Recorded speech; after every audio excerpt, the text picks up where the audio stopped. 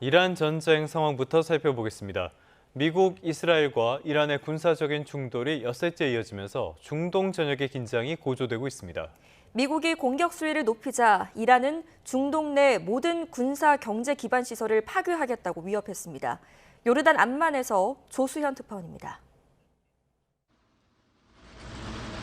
현지 시간 4일, 암만 도심에 또다시 공습 사이렌이 울렸습니다. 이란이 이스라엘을 향해 발사한 미사일과 드론이 요르단 상공에 날아든 겁니다. 요르단군은 즉각 요격 작전에 나섰고 영국도 F-35 전투기를 지원했습니다. The government and the army, they are working so hard actually to keep the country very safe. But the situation in Middle East is really very dangerous in these days. 이스라엘군은 이란 미사일 발사 기지와 방공시설을 겨냥해 대대적인 공습을 벌였습니다. 핵무기 부품을 비밀리에 개발하는 곳으로 추정되는 이란의 지하 핵시설도 정밀 타격했다고 밝혔습니다. 미군에선 B-52 장거리 전략 폭격기가 출격했고 B-2 스텔스 폭격기도 이란 혁명 수비대 시설과 무기고 미사일 개발 복합단지를 추가로 타격했습니다. פועלים על פי תוכנית הלחימה הסדורה בתיאום ובשיתוף פעולה הדוק עם צבא ארצות הברית. יש לנו עוד מטרות ויעדים רבים. 이에 맞서 이란 혁명 수비대는 중동 내 모든 군사 경제 인프라를 파괴하겠다고 위협했습니다. 이란은 미사일 수십 발로 이스라엘 국방부 청사와 텔아비브 등지의 여러 군사 시설을 공격했습니다. 텔아비브의 미사일 파편이 떨어지면서 부상자가 발생했고 예루살렘 인근에서도 폭발음이 들렸습니다. 또 이란 미사일이 중동 내 최대 미군 시설이 있는 카타르 알루데이드 기지도 타격하며 긴장이 고조됐습니다. 미국, 이스라엘과 이란 간 교전 범위가 시간이 지날수록 확대되면서 중동 정세가 경랑 속으로 빠져들고 있습니다. 암만에서 YTN 조수연입니다. 미군이 잠수함을 이용해 이란 전합을 격침했다고 피트 헤그세스 미 국방부 장관이 밝혔습니다. 헤그세스 장관은 브리핑에서 전날 공해상에서 안전하다고 생각했던 이란 전함을 미국 잠수함이 침몰시켰다고 밝혔습니다. 이어 어뢰 공격으로 침몰했고 조용한 죽음이었다며 2차 세계대전 이후 처음으로 어뢰로 적군 함정을 격침한 사례라고 소개했습니다. 미국과 이스라엘이 이란을 향해 공격을 시작한 다음 날 이란 정보당국이 제3국을 통해 간접적으로 미 중앙정보국에 물밑 접촉을 해오면서 분쟁 종식 조건을 논의하자는 제안을 했다고 뉴욕타임스가 보도했습니다. 뉴욕타임스는 익명의 중동 그리고 서방 관료들을 인용해서 이같이 전하고 다만 미국 측 인사들은 트럼프 행정부와 이란 모두 단기간 내 분쟁을 끝낼 출구 전략을 마련할 준비가 돼 있는지에 대해 회의적이라는 입장이라고 전했습니다. 백악관과 이란 당국은 관련 보도에 대한 논평 요청에 응하지 않았고 CIA도 언급을 거부했다고 뉴욕타임스는 덧붙였습니다. 이런 보도 속에 뉴욕 증시는 상승했고요. 국제 유가도 일단 그나마 안정세를 되찾았습니다. 하지만 호르무즈 해협 봉쇄에 따른 물류 차질은 여전해서 원자재 가격이 영향을 받고 있습니다. 뉴욕에서 이승윤 특파원입니다. 공격이 시작된 다음 날 이란이 미국에 분쟁 종식 조건을 논의하는 제안을 내놨다는 뉴욕타임스 보도에 뉴욕 증시는 일제히 상승했습니다. 연일 고공행진을 이어가던 뉴욕 유가도 소폭 상승에 그치며 어느 정도 안정을 되찾았습니다. 달러 약세, 원화 강세도 촉발되면서 전날 장중 1,500원까지 치솟았던 원달러 환율은 뉴욕장에서 1,463원 부근에서 마감했습니다. Investors understand and know that President Trump keeps a really close eye on the stock market, and he will calibrate his actions and pull back or go further based on the reaction of the stock market. 하지만 호르무즈 봉쇄에 따른 물류 차질은 여전해 알루미늄 선물 가격은 4년 만에 최고 수준으로 치솟았습니다. 세계 2위의 알루미늄 재련소를 운영하는 알루미늄 바레인 BSC는 통제 불가능한 사유로 계약 이행이 어렵다며 출하를 중단했습니다.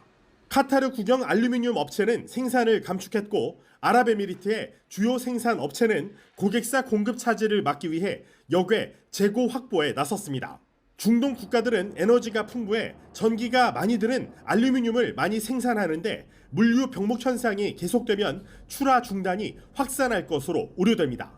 중국 국영 해운사인 코스코는 중동 항만 운항의 신규 예약을 중단했고 덴마크 머스크와 스위스 MSC 등 다른 해운사도 중동 운항 중단을 시사했습니다. 전 세계 10%를 차지하는 중동산 알루미늄의 수출과 반입이 동시에 악영향을 받으면 자동차와 항공, 방산, 건설 분야로 충격파가 확산할 전망입니다. 뉴욕에서 YTN 이승윤입니다. 네, 트럼프가 한때 이용하고 버렸던 쿠르드족 무장 세력을 이란과의 전쟁에 다시 끌어들이는 방안을 검토한 것으로 전해졌습니다. 쿠르드족을 이란과의 지상전에 투입했다는 건데 자칫 이번 전쟁이 장기전의 늪으로 빠질 수 있다는 지적도 나옵니다. 김선중 기자입니다. 쿠르드족은 튀르키예와 시리아, 이라크, 이란 4개 나라의 국경지대에 흩어져 살고 있습니다. 공식적인 국가를 갖지 못했지만 인구가 거의 3천만 명에 달합니다. 끊임없이 독립을 요구하며 지역 분쟁에도 개입해 왔습니다. 이라크 전쟁은 물론 앞서 트럼프 1기 시절이던 지난 2019년에도 시리아 내전에서 미국을 대신해 싸웠지만 미군이 떠나면서 철저히 외면당했습니다. All America liar! I will fuck Turkish! Fuck American! All baby small inside the Kurdish die! No somebody talk in the Erdogan! 하지만 트럼프는 이번에도 쿠르드족에 손을 내밀었습니다. 미국 언론들은 쿠르드 무장 세력을 이란과의 지상전에 투입할 것이라는 관측을 내놓고 있습니다. Iranian Kurdish forces are literally preparing a ground operation inside western Iran in the coming days with the support of the US and Israel.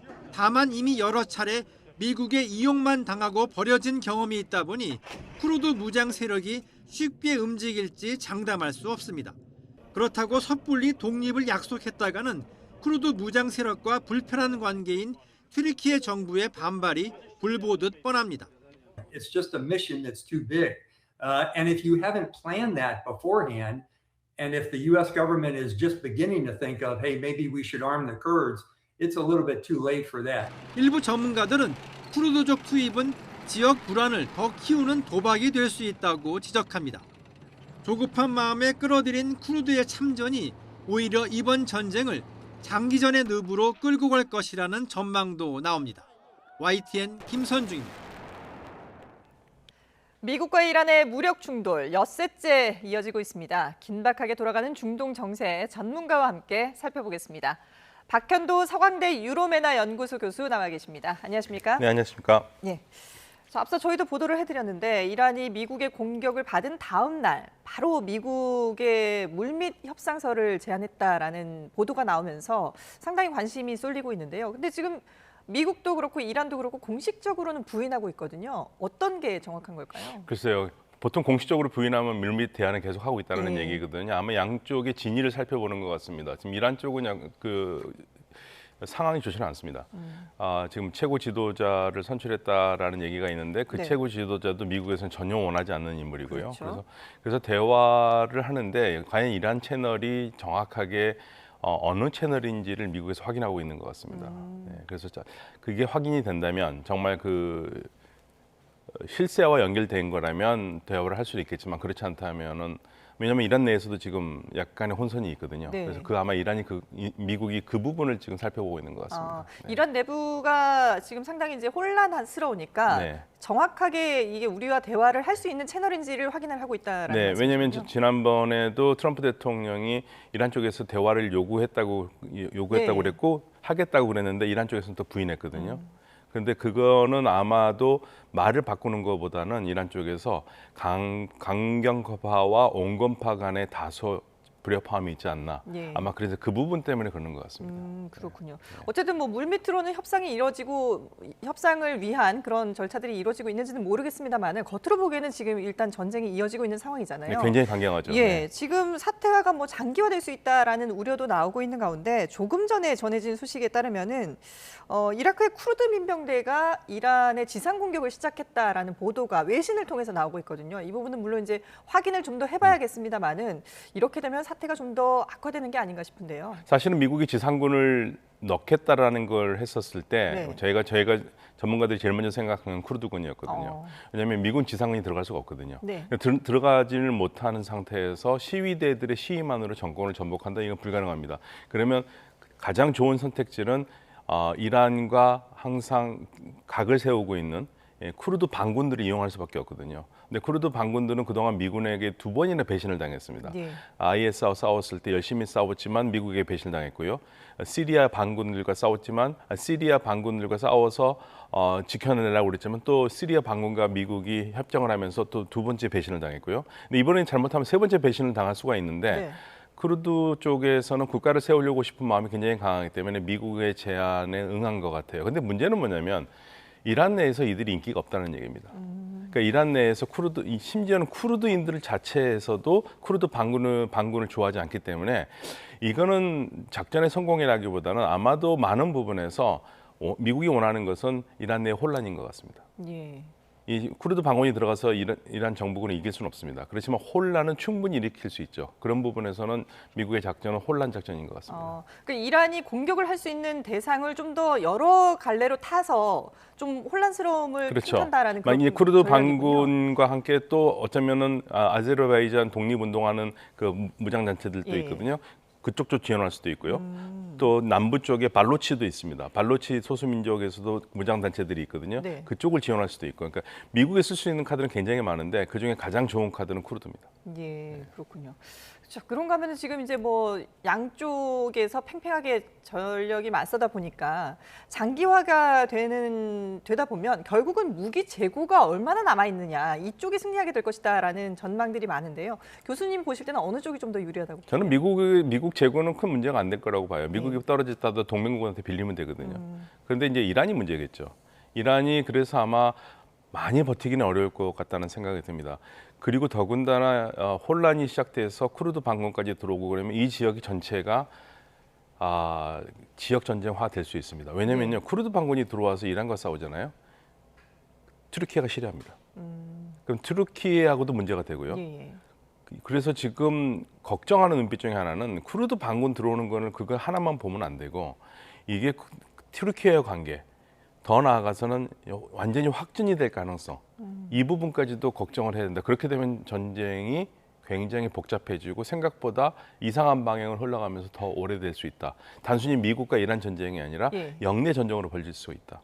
그런 걱정이 있습니다. 예. 중동 지역이 워낙에 예전부터 역사적으로도 이게 이제 서로 간에 얽혀 있는 것들이 많다 보니까 그런 부분들이 이번 전쟁에 또 작용을 할 수 있다라고 보시는 거군요. 네, 그렇죠. 왜냐하면 쿠르드 반군은 지속적으로 미국과 이스라엘이 굉장히 관리를 잘 해왔던 거고요. 쿠르드 반군과 이스라엘은 굉장히 친합니다. 그래서 쿠르드 쪽을 이용해서 중동 질서를 재편하려고 하는 마음들이 있을 거예요. 만약에 그게 현실화가 된다면 지역 전쟁이 커집니다. 예. 튀르키예가 참전할 수밖에 없습니다.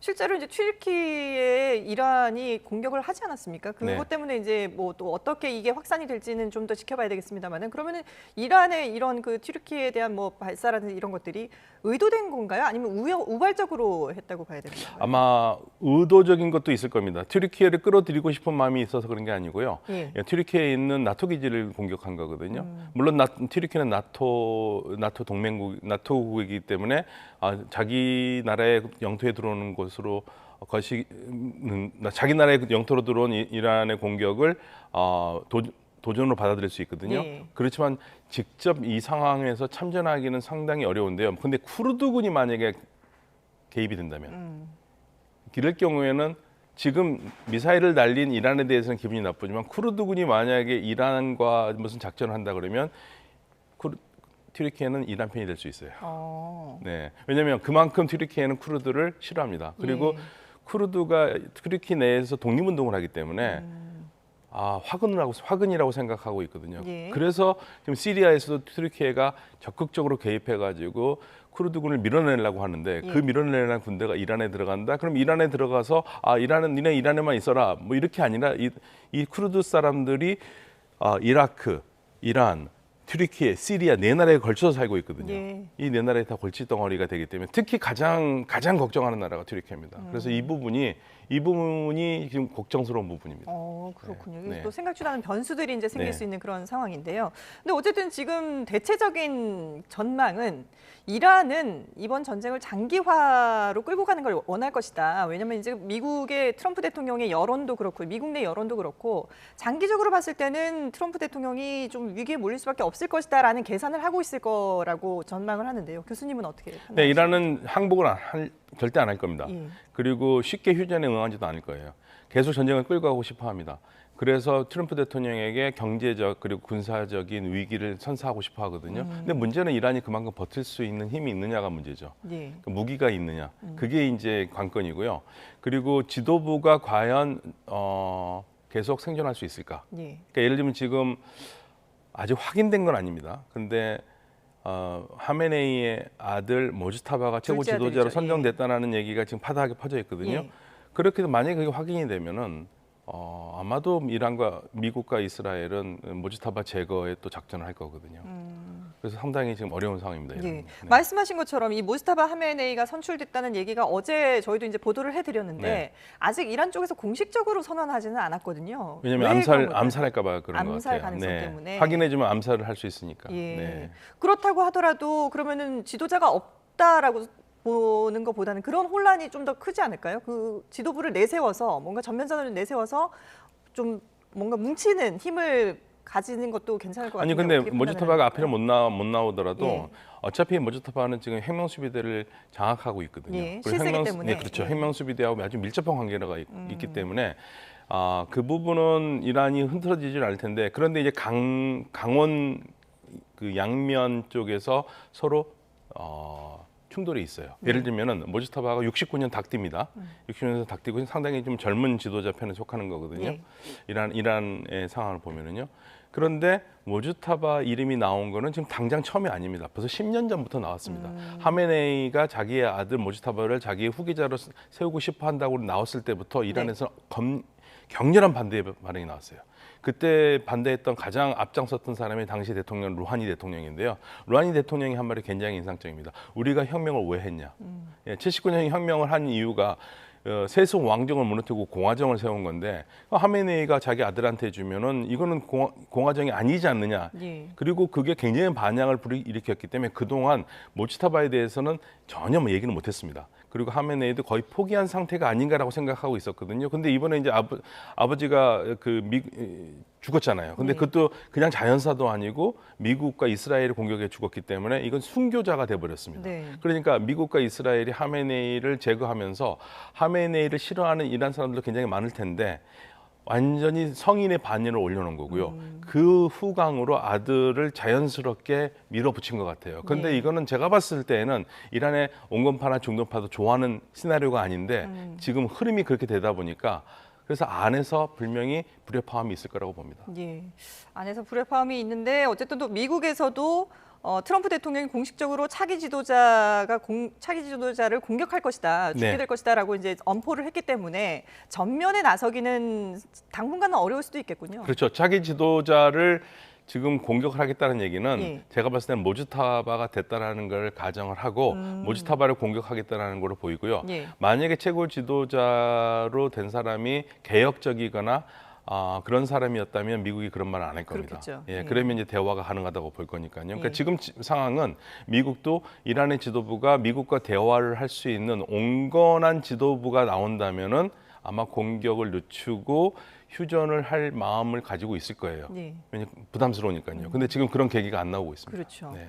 지금 앞서서 이제 그 하메네이를 순교자의 이미지로 만들어줬다라고 말씀하셨는데 그렇다면 지금 이 순교자의 이미지를 가지고 그 아들이 전면에 못 나서는 상황에서 어떤 어떤 그 무기적으로도 그렇고 좀 결집을 하기 위해서는 뭔가 하메네이의 장례식을 이용할 법도 한데 어쨌든 장례식을 연기를 했거든요. 공식적으로는 대규모 인원이 모이기 때문에 이거에 대한 어떤 안전 우려 때문이다라고 얘기를 했는데 실제는 어떤 의미가 장례식을 있을까요? 할 경우에 굉장히 혼란스러울 수 있습니다. 왜냐하면 그 장례식에 참가하는 사람들이 다 애도한 사람이 아닐 수도 있어요. 예. 그 안에 폭발이 일어날 수도 있고요. 걱정스러운 부분이 있고 그리고 굳이 지금 장례식을 전쟁 중에 장례식을 해가지고 노출될 필요는 없는 거거든요. 네. 반대 세력이 만약에 나와서 시위라도 하면 이란으로서는 그 순교자 이미지는 완전히 사라지는 거거든요. 네. 그렇기 때문에 선택지를 그 장례식 하지 않는 것으로 지금 보는 것 같습니다.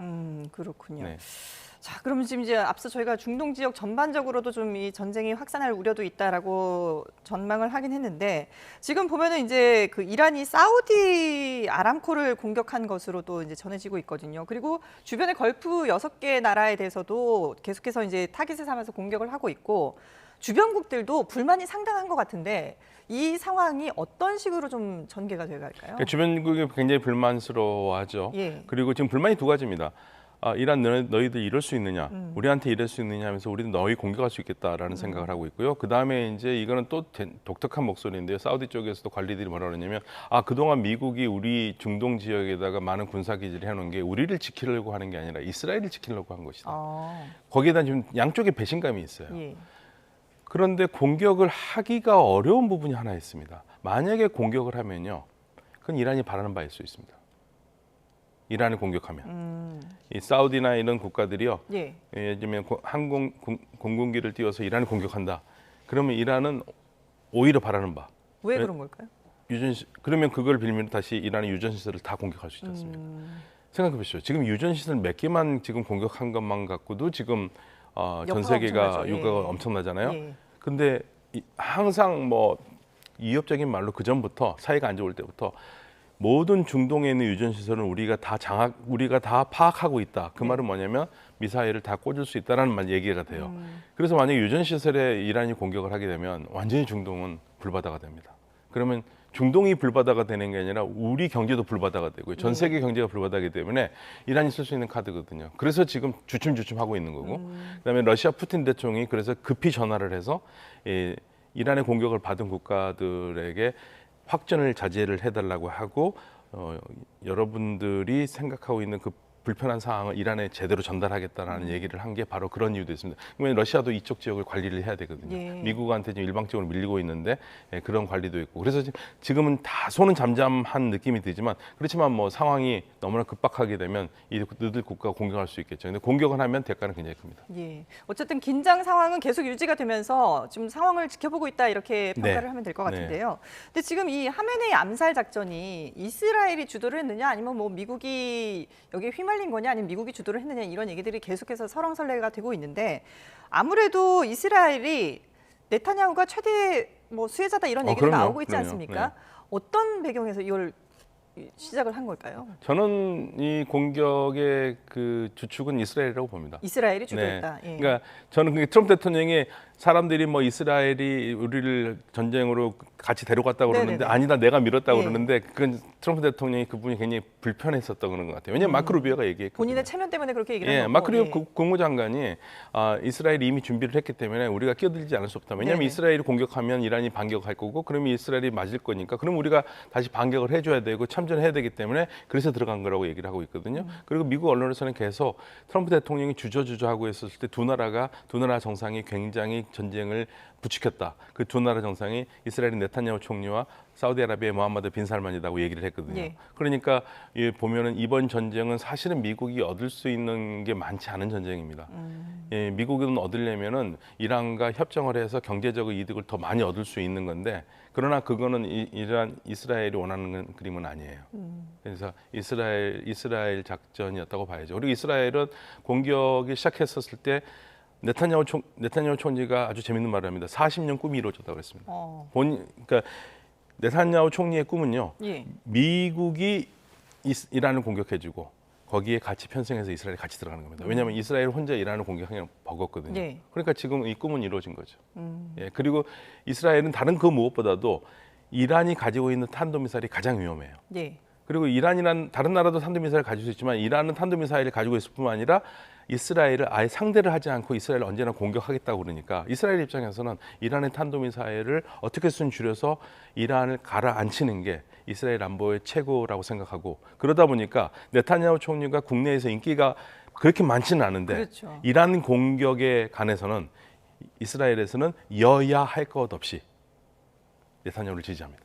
그렇게 되면은 네타냐후가 결국은 장기 집권이 가능하다라고 다음 봐야 총선에서 되겠죠? 이길 가능성이 있겠죠. 그렇게 예. 되면은요. 예, 그럼 총리직 계속 이어갈 수 있는 거고요. 네. 그러니까 어쨌든 이스라엘은 미국을 끌어들임으로써 전면전은 미국과 이란이 하게끔 하고 네. 결국은 최대 수혜는 이스라엘이 누리는 거다 이렇게 보면 되는 거군요. 그렇죠. 지금 가장 그 전쟁에서 수혜를 받은 사람은 네타냐후 총리입니다. 예, 네. 그렇군요. 자, 그리고 이제 헤즈볼라가 이번 전쟁에도 이제 적극적으로 참여한 것이 또 눈길을 끌고 있는데 참전 배경에 대해서 이란이 무너지면 자신들도 무너진다라고 했거든요. 그만큼 이 헤즈볼라에게는 이란이 중요한 그런 나라의 역할을 하는 건가요? 아버지예요. 아버지라고. 그러니까 우리 성일강 교수는 헤즈볼라는 이란이 가장 사랑하는 아들이라고 그러지만 이제 보통 우리가 표현을 왕관의 보석이라고 그러거든요. 예. 이란이 만들어 놓은 왕관의 보석이 헤즈볼라입니다. 이란은 그런 얘기까지 했었습니다. 헤즈볼라는 그 레바논 남부에 있죠. 예. 이스라엘과 국경을 맞대고 있잖아요. 이란에서 그런 말들을 많이 했어요. 우리의 이스라엘과 국경은 레바논 남부다. 헤즈볼라가 있다. 네네네. 헤즈볼라도 못 이기는 이스라엘이 어떻게 우리를 이기냐고 그동안 그렇게 얘기를 했거든요. 근데 지금 상황은 완전히 반대 상황이 됐죠. 예. 헤즈볼라가 만약에 이란이 무너지잖아요. 그럼 헤즈볼라는 끝납니다. 그러니까 헤즈볼라도 지금 상황에서는 절체절명이에요. 예. 어떻게 해서든지 망할 수밖에 없는 상황이 돼버립니다. 그렇게 되면은 마지막 불꽃을 틔우겠다라는 생각이고 이란의 지원을 받을 수 없다면 진짜 헤즈볼라는 더 이상 존재할 수가 없거든요. 예. 그러니까 헤즈볼라도 절체절명의 순간이기 때문에 전쟁에 끼어들 수밖에 없는 상황입니다. 그럼 헤즈볼라는 어느 정도의 역할을 할 수 있을까요? 근데 헤즈볼라가 할 수 있는 게 제한되어 있습니다. 왜냐하면 그동안 이스라엘이 계속적으로 공격을 했기 때문에 많은 게 파괴됐고 공격을 할 수 있는 건 그렇게 크지는 않고 아마도 국지전적으로 이스라엘을 괴롭히는 것밖에 없을 텐데요. 네. 지금 그것도 쉽지 않은 게 지금 이스라엘이 지상군이 들어갔거든요, 레바논에. 그리고 헤즈볼라가 공격을 하면 이스라엘은 헤즈볼라만 공격하니 아니라 레바논도 다 공격을 하겠다고 하는 바람에 레바논 전체에서도 헤즈볼라의 압력이 와요. 하지 마라, 하지 마라. 네. 그런데 헤즈볼라는 지금 하지 마라고 그래서 스톱할 수 있는 상황이 아니기 때문에 할 수밖에 없는 상황이고 그러니까 헤즈볼라가 지금 명운을 걸고 싸우고 있는 거죠. 예.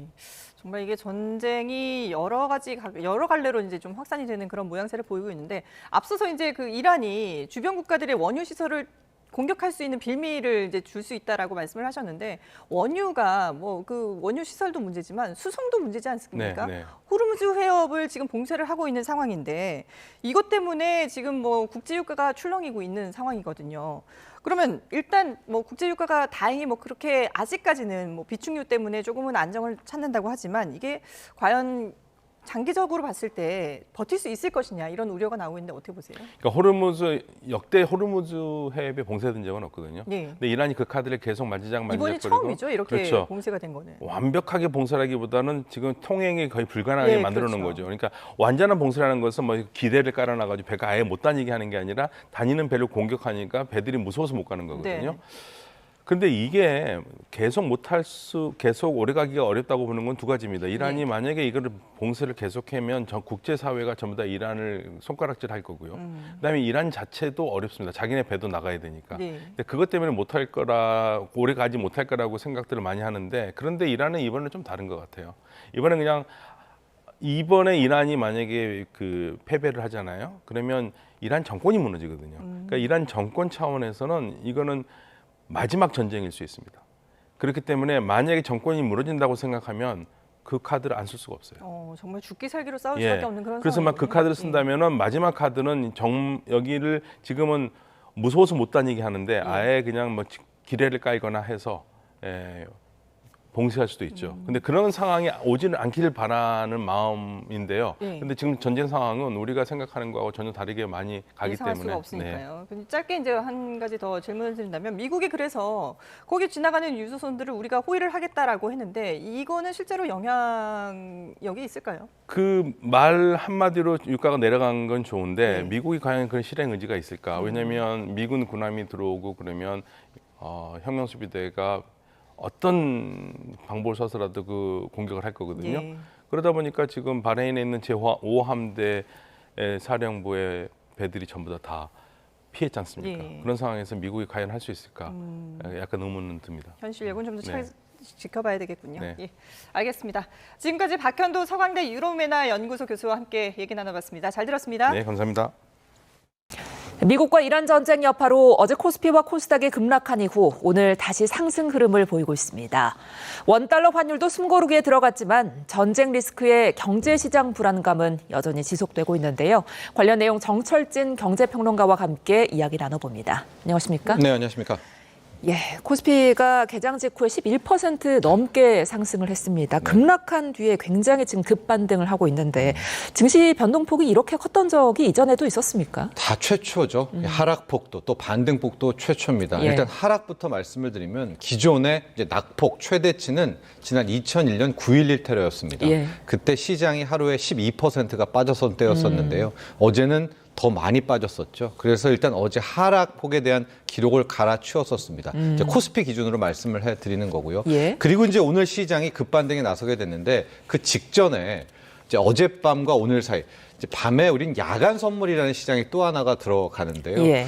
저도 주식 인생에서 처음 보는 8% 급등을 하면서 야간 선물 상한가로 또 마감을 했었거든요. 그래서 오늘 어느 정도 반등을 예견을 했는데 지금 뭐 9%, 10%, 많게는 12%로 올랐다 내렸다 하고 예. 있거든요. 만에 하나 이렇게 한 10% 이상으로 마감을 하게 된다면 역시 상승률도 일일 상승률도 최대치이기 때문에 폭락, 폭등, 그야말로 아찔한 롤러코스터 장세가 연출되고 있습니다. 예, 앞서 저희가 전해드린 것처럼 우리나라뿐 아니라 아시아 증시가 굉장히 많이 출렁였는데 그중에서도 이번 중동 사태에 우리 증시가 가장 민감하게 반응했던 게 아닌가 싶습니다. 네, 가장 정성적으로 먼저 이유를 드리면 연초 이후 우리 K 증시가 가장 많이 올랐기 때문입니다. 예. 연초 이후 상승률 전 세계 1위였었는데요. 41%까지 달리다가 이제 빠지게 된 겁니다. 예. 그렇기 때문에 실질적으로 많이 올라서 많이 빠졌다라는 이야기가 얼핏 들으면 말이 안 될 것 같지만 그 이유가 실제적으로 굉장히 큽니다. 왜냐하면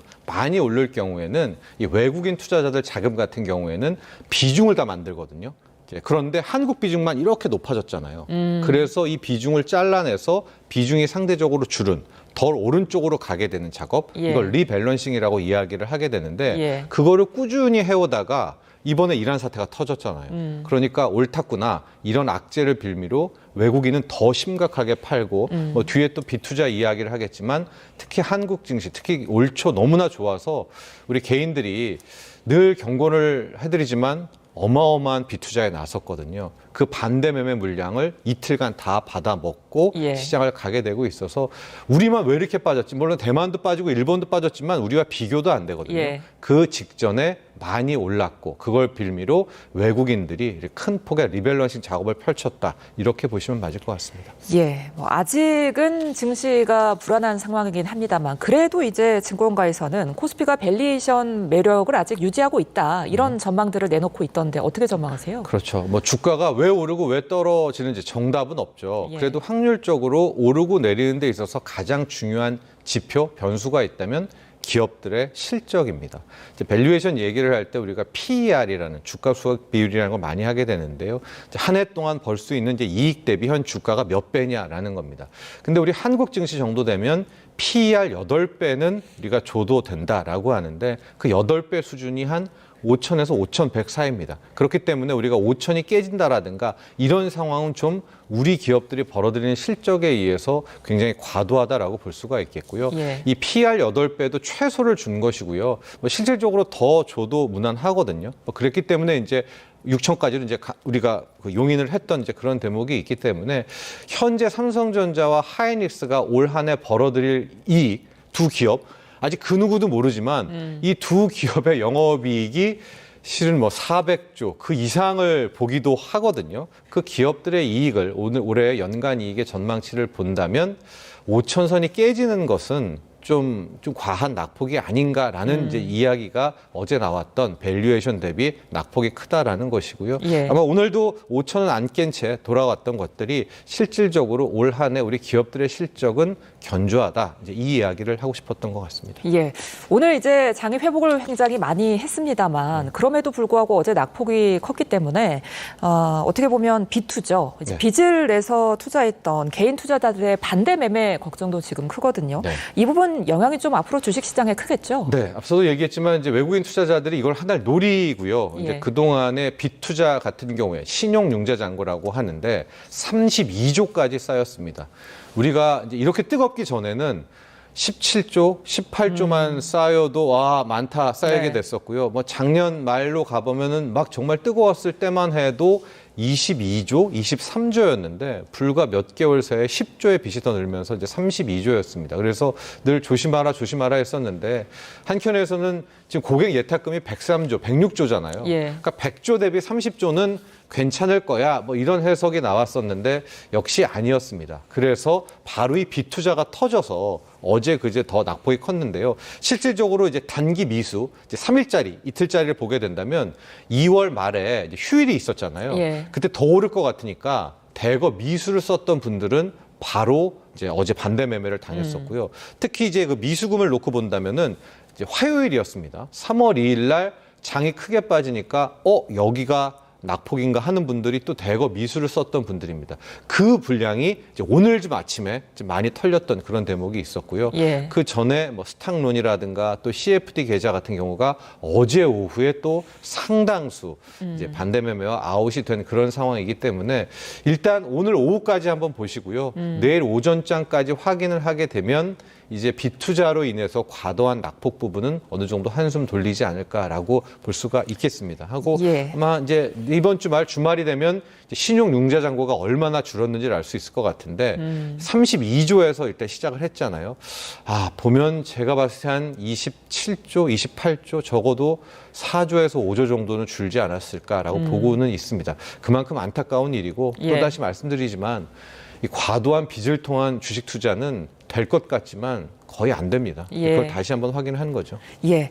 자, 그렇다면 이렇게 혼란스러운 중동 리스크 속에 앞으로 우리가 주식 투자를 좀 어떻게 해야 할지, 그리고 우리 증시 전망은 어떻게 보고 계신지도 궁금하거든요. 유가 하나만 보시면 될 것 같아요. 이제 이란전이 단기로 끝날지 장기로 끝날지 그 누구도 모르잖아요. 예. 그런데 우리 한국 경제, 특히 한국 주식시장에 있어서 미치는 것은 딱 하나의 지표는 전 유가라고 보고 있거든요. 국제 유가가 지금 배럴당 한 75달러에서 일단은 뭐 이란이 CIA에 물밑 접촉했네, 트럼프 대통령이 호위함을 함께 보내네, 이런 걸로 일단은 멈춰 있는데요. 예. 이 정도 레벨에서만 안정세를 찾은다면 실질적으로 이란전이 뭐 어떻게 되든 간에 숨고르기가 될 수 있을 것 같습니다. 근데 만에 하나 이제 이게 어느 정도 눌러놓은 이제 상승을 눌러놓은 거죠. 이것이 78, 80달러를 넘어서게 되면 여기서부터는 뭐 오늘은 급반등이 나왔지만 또 한 번 한국 증시뿐 아니라 한국 경제를 짓누르는 부담이 되거든요. 예. 그래서 지금부터 하나의 투자 지표만 잡으시라면 역시 유가의 추이다 이렇게 보시면 되겠습니다. 예. 자, 이런 상황 속에서 미국에서 지금 글로벌 관세가 이번 주 중에 15% 인상될 거다, 이런 발표를 했습니다. 지금 전쟁 와중에 이런 발표를 한 이유는 뭐라고 봐야 될까요? 군기잡기 같더라고요. 스캇 베센트가 어제 느닷없이 지금 예. 이란전 때문에 다 난리가 나고 이랬었는데 이제 글로벌 관세를 10에서 10% 빠르면 이번 주에 올릴 것이다라는 얘기를 이제 꺼내 들었던 것이 예. 지금 이야기하고 있는 이 글로벌 관세는 솔직히 이제 무역법 122조에 근거한 건데 그렇게 두려워하지 않습니다. 왜냐하면 이거는 150일이라는 기한 한도가 있고요. 우리 입장에서도 15%라는 정도는 이제 해왔던 감내할 수준입니다. 그런데 굳이 이 이야기를 왜 한 거냐면 한번 환기시키는 것 같아요.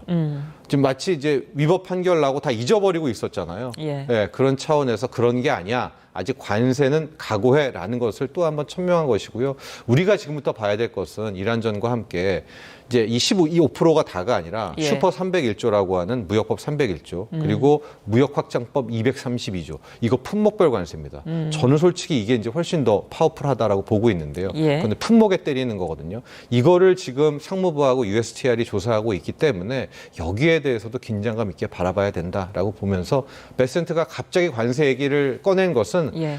이란의 시선 뺏기지 마. 아직 관세는 우리 가고 있어. 라는 것을 또 한 번 경고한 것이 아닌가 이렇게 봅니다. 예. 자, 뭐 우리로서는 일단 관세보다는 당장 눈앞에 닥친 유가가 좀 더 그렇죠. 관심이긴 네. 합니다. 휘발유 가격이 서울이 지금 1,800원을 돌파했는데 2,000원을 넘어설 수 있다는 우려도 나오고 있더라고요. 네. 제가 공교롭게도 여기 오기 직전에 경유를 넣고 왔는데 1,880원이더라고요. 예. 와, 정말 깜짝 놀랐었는데 휘발유 가격은 이미 1,800원을 다 넘어섰고요. 경유도 지금 거의 1,800대까지 서울은 올라온 데가 꽤 많이 있다라고 볼 수가 있습니다. 예. 근데 이제 바로 이 주유소의 휘발유 가격에 대해서 어제 또 이재명 대통령이 질타를 했었는데 예. 이게 이렇게 올릴 상황은 아니거든요. 왜냐하면 이란 사태가 3월 1일에 터졌으니까 2월 말 기준과 현재를 봐야 되지 않습니까? 국제 유가는 2월 말 대비 한 15%, 16% 오른 건 맞아요. 근데 우리 입장에서는 특히 우리 정유사와 이 주유소 입장에서는 예. 이미 비축을 해놓은 게 있거든요. 하고 웬만하면 2, 3주 정도까지는 물량을 더 받아놓습니다. 그러니까 실질적으로 지금 당장 올리면 안 되죠. 왜냐하면 2, 3주치 미리 싸게 사놨던 물량이 있기 때문에 예. 이렇게 빠르게 가격을 올려서는 안 되는데 늘 그렇듯 이렇게 가격이 튀어오를 때는 국제유가가 바로 이것을 선반영해서 지금 한 4%, 5% 오늘 지나게 나면 한 60, 70%까지는 올릴 수 있을 것 같습니다. 근데 반면에 이제 유가가 떨어질 때도 있을 거 아니에요. 예. 그때는 똑같이 바로 떨어뜨려야 되잖아요. 근데 그때는 2, 3주 전에 쌓아놓은 비축 물량이 비싸게 사와가지고 못 내려. 이런 식으로 천천히 내리고 오를 때는 빨리 올리고 그래서 이재명 대통령이 어제 이 부분을 질타하면서 예. 담합이 있거나 이런 것들을 조사하겠다라고 좀 경고는 했거든요. 근데 아직까지 우리 주유소들에서 이런 경고를 받아들이고 있는 것 같지는 않습니다. 예.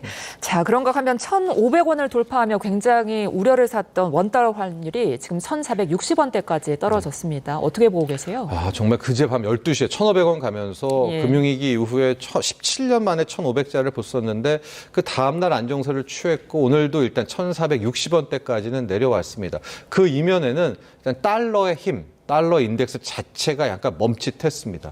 이제 99를 넘어서서 달러 인덱스는 100선이 중요하거든요. 예. 근데 지금 다시 98까지 내려온 그런 상황이긴 한데 1,460원대는 결코 이제 안심할 때는 아니다라고 말씀을 드리고 싶고요. 예. 지금 이제 환율을 계속 체크업을 이제 해야 될 것 같은데 한국은행 입장에서는 근데 계속 괜찮다라고 하고 있어서 이런 부분들은 좀 국민들의 감정과 괴리는 있는 것 같습니다. 예, 환율도 그렇고 지금 상황에서 정부가 할 수 있는 어떤 대응책이 좀 있을까요? 일단 비축유 같은 걸 전 더 많이 쌓아놔야 된다 이렇게 보고 있습니다. 지금 예. 우리나라 비축유가 결코 적은 편은 아니에요. 우리 정부 비축유, 민간 비축유, 앞으로 들어올 인도량까지 합치면은 거의 한 1.8억 배럴, 2억 배럴 가까이 갖고 있고 예. 이 정도라면 210일, 그러니까 7개월, 8개월치는 우리가 버틸 수 있는 그 정도의 비축유가 있는 세계 10위권 안에 우리가 쌓아놓고는 있지만 예. 이번 사태를 통해 가지고 더 많이 쌓아야 되지 않는가라는 생각을 좀 해봅니다. 거의 중국 같은 경우에는 지금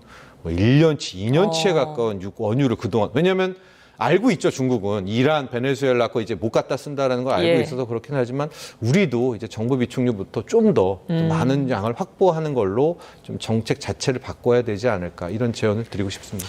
알겠습니다. 지금까지 정철진 경제평론가와 함께했습니다. 오늘 말씀 고맙습니다.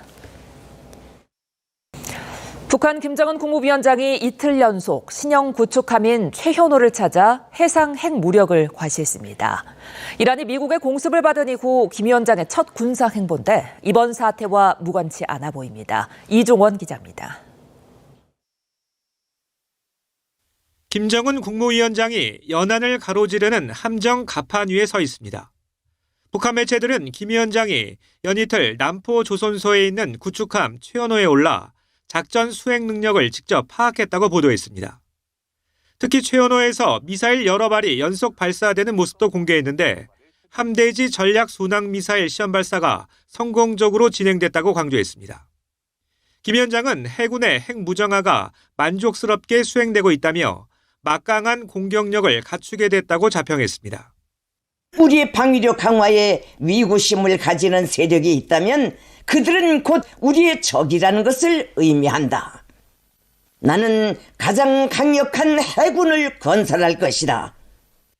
최룡해 최고인민회의 상임위원장의 부친이자 김일성의 빨치산 동료의 이름을 딴 최현호는 북한의 첫 번째 5,000톤급 신형 구축함으로 지난해 4월 진수됐습니다. 북한은 해마다 이 같은 수상함을 2척씩 건조하겠다고 선언한 상태로 김 위원장은 이번 방문 기간 또 다른 구축함 건조 현황도 점검했습니다. 김 위원장의 치원호 방문은 이란 사태가 발생한 뒤에 나온 첫 군사행보인데 북한 매체들은 9차 당대회에서 결정된 해군 현대화 과업들을 명분으로 내세웠습니다. 그러나 시험 발사한 미사일이 핵탄두 탑재가 가능하고 괌이나 오키나와 등 미군 핵심 기지까지 도달이 가능한 사거리를 고려하면 이란 사태와 무관치 않다는 분석이 나옵니다. 이란 하메네이와 다르다. 본인들은 핵무기와 함께 전략적 타격 능력이 있다. 전략 순항 미사일은 핵탄두 탑재가 가능한 무기거든요. 우리 군도 북한 남포 일대에서 발사된 순항 미사일 여러 발을 포착했습니다. 군은 굳건한 한미연합 방위태세로 북한군의 동향을 예의주시하면서 어떠한 도발에도 압도적으로 대응할 수 있는 능력과 태세를 유지하고 있다고 강조했습니다. YTN 이정원입니다.